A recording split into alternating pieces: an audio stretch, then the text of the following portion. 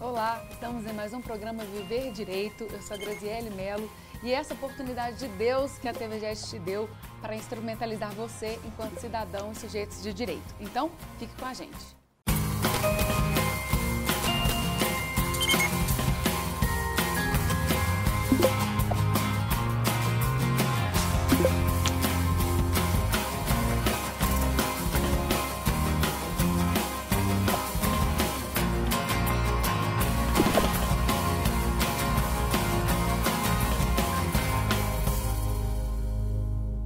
No programa Viver Direito, sempre com um convidado especial, temos aqui, direto de Brasília, o Marcelo Girardi Correia, um grande amigo, um querido. Tudo bom, Graziele?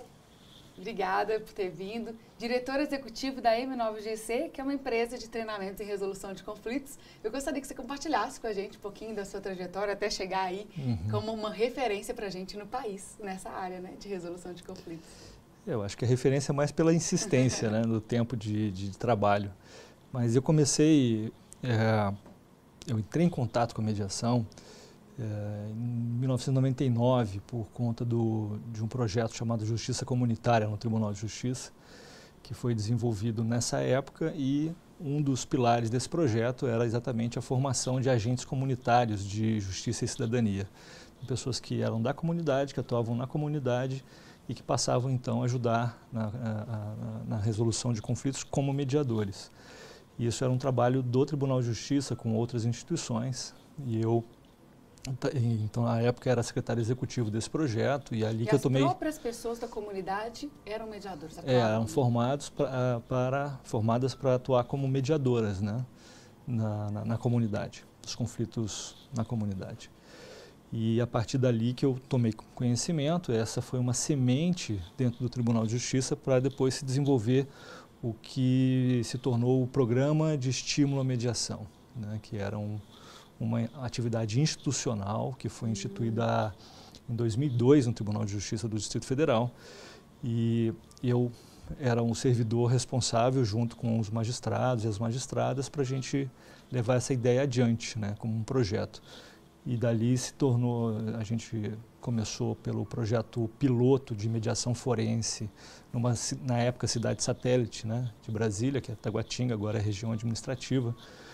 E começamos com 3 varas de família, 3 varas cíveis e 4 varas de família.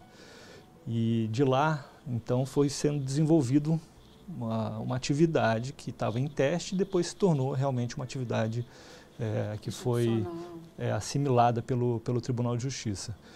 Então, nós criamos em 2007 o Centro de Resolução Não Adversarial de Conflitos, né? Então, todo esse período foi um período onde eu fui entrando no tema. E como a gente tinha que começar, né, e depois desenvolver, eu acabei me envolvendo na atividade de mediação, de formação de mediadores, depois de formação de instrutores, formação de supervisores. A gente tinha que montar o percurso completo, né, para que a instituição pudesse se sustentar nesses programas. E isso foi... quando eu vi, eu não conseguia mais sair, né? Eu gostei do tema, sempre gostei, fui gostando cada vez mais. E depois preparando materiais, ajudando o CNJ a montar os cursos de resolução de conflitos, de formação de mediadores, de formação de instrutores, de formação de supervisores.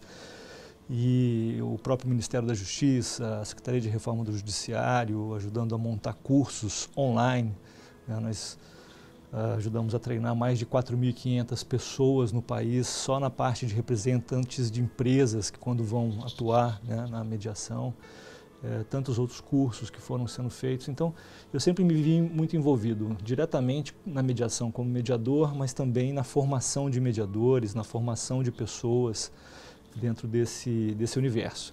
E de 3 anos para cá, eu venho fazendo esse trabalho, né, vamos dizer assim, fora do tribunal, com uma empresa que é a M9GC, que tem o foco específico em treinamento, né, formação em resolução construtiva de conflitos. E aproveitando esse gancho todo da sua trajetória e pensando quanto, né, que começou pelo que você disse, né, com um projeto desde uma comunidade, a partir daí, dessa perspectiva de ser um projeto piloto de mediação e hoje já se expandiu para o Brasil inteiro. Como é que foi esse desafio, assim, dentro de uma cidade satélite, para ganhar essa abrangência toda? Como é que foram os resultados disso que fizeram com que se tornasse hoje uma política judiciária, por exemplo?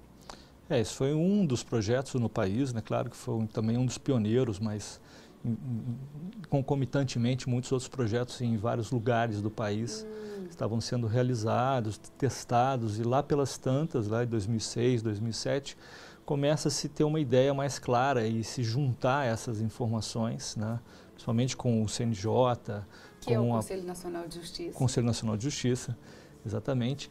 Começa a se institucionalizar a mediação, né? Então os tribunais começam a tratar de uma forma um pouco mais perene, né? Com um pouco mais de atenção.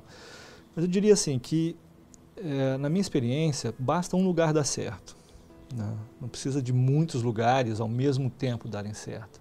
Claro que essa é a tendência de multiplicação, mas basta um lugar para dar certo, porque você tem uma semente, né? Você pode testar, desenvolver, verificar o que funciona, o que não funciona e aperfeiçoando o modelo.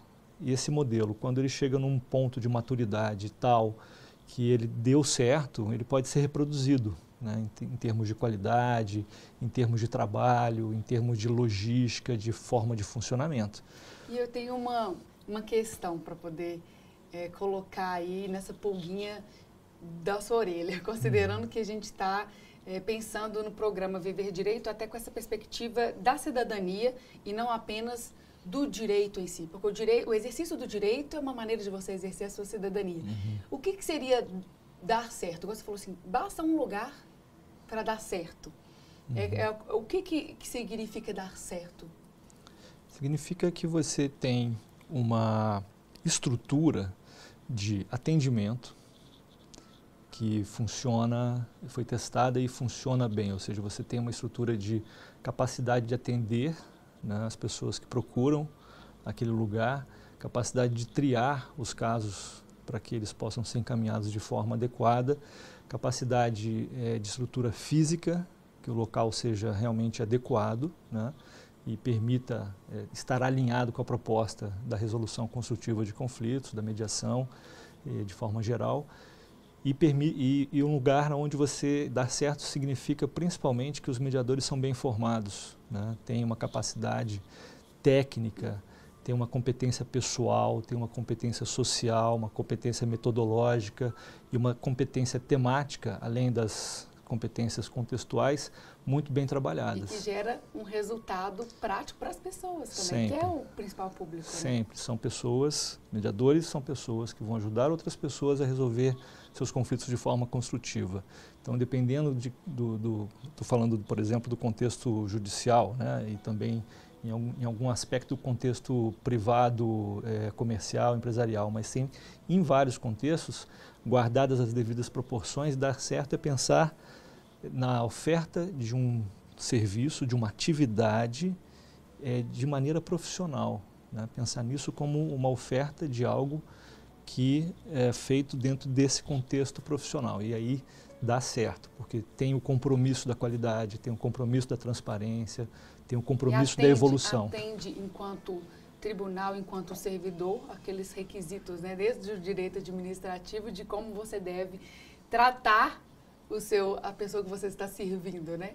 Que junta tudo isso, junta a cordialidade, a celeridade, profissionalismo, né? E temos muito a conversar, mas o nosso primeiro bloco já acabou. Fica com a gente, porque tem muito assunto legal para falar sobre resolução de conflitos em sentido amplo.